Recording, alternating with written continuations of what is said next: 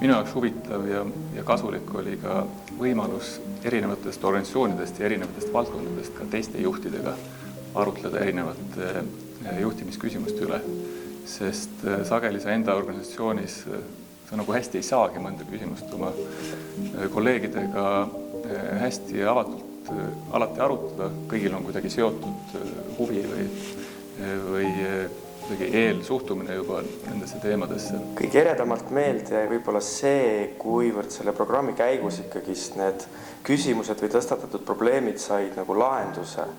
Ja see paneb mind uskuma ja ma arvan ka kõiki teisi programmis osalejaid uskuma seda, et elus ongi tegelikult enda otsustada need asjad ja need muutused ja arengud, et ei ole vaja tihtipeale karta nende suurte otsuste tegemist, mis võib-olla tunduvadki suured, aga mis ei ole tegelikult suured, et julgust edaspidi otsustada ja areneda.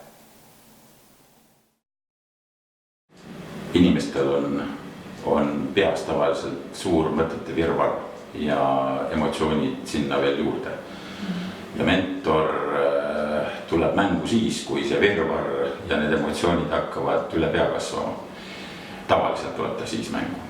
Ja mentori roll seal ongi see, et sellest virvarist koostada korralik 4-realine tee, kus iga mõte liigub omas sõidurajas ja võtta need emotsioonid sinna tee kõrvale. Küsid õigeid küsimusi ja osata seda teha, et see on kindlasti ka väljakutse mentorile. Ja minul isiklikult oli see väljakutse just selles mõttes, et ikka jätkuvalt ju tahad anda õigeid vastuseid, et nende õigete küsimuste esitamise juures ei tohi anda ka vastuseid, et küll need vastused sealt tulevad. Mina arvan küll, et iga juht võib olla mentor, kui ta seda tahab ja soovib. Et need on need oskused, mis on õpitavad ja ma ei arva, et mentoriks peab olema kuidagi sündinud või see antakse sulle emapiimaga kaasa. No, ma julgen öelda 2 märksõna, et esiteks on see, et minu koostöö kolleegidega on läinud palju paremaks ja minu otsused on saanud palju põhjendatumad ja palju kindlamad. Ja mis on sellele aidanud kaasa, et võib-olla märksõnadena või selliste igapäevaselt kasutatavate instrumentidena ma julgen esitada küsimusi, erinevaid küsimusi ja julgen pidada neid pause, et need vastused ka inimene jõuaks genereerida. Ma arvan, et kõigepealt ma võib-olla tajun ise paremini, kuidas minu väljendusviis ja otsused ja see, kuidas ma neid probleeme lahendan või suunan oma kolleegi, et kuidas see mõjub teistele. Ja ma arvan, et senisest teadlikumalt ma siis ka hoian ennast tagasi ise kohe tormamast kõiki probleeme lahendama.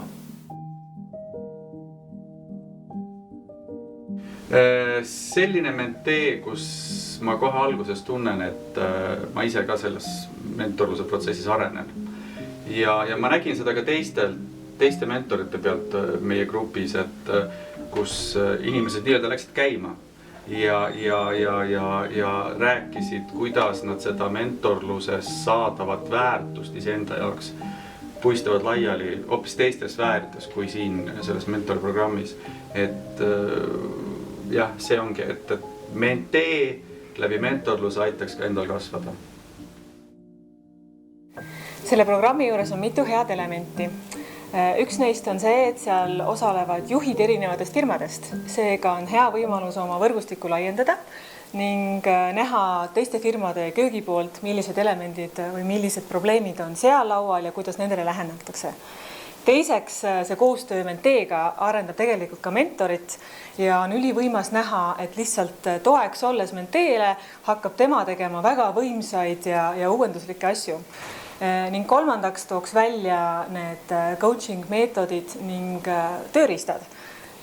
Hakkasin neid kohe kasutama ka oma igapäevatöös ning juba alles paar kuud mentoriprogrammis olles anti mulle töö juures tagasisidet, et minuga on palju kergem töötada ning juhile on seda alati hea kuulda.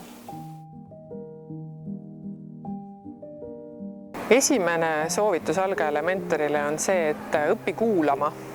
Isegi kui sa arvad, et sa oled väga hea kuulaja, siis ma arvan, et siin on igalühel veel arenguruumi, et päriselt ka ja sisuliselt oma menteed kuulata. Teine soovitus on see, et asu kohe julgesti erinevaid tööriistu ja võimalusi proovima. Et isegi kui need alguses tunduvad natuke tobedad, joonistada elurattaid, mängida kaartidega, rääkida lugusid, siis haara härjal sarvist ja asu kohe proovima. Usu, mentee ei saa sellest aru, et sa oled ebakindel sellel hetkel.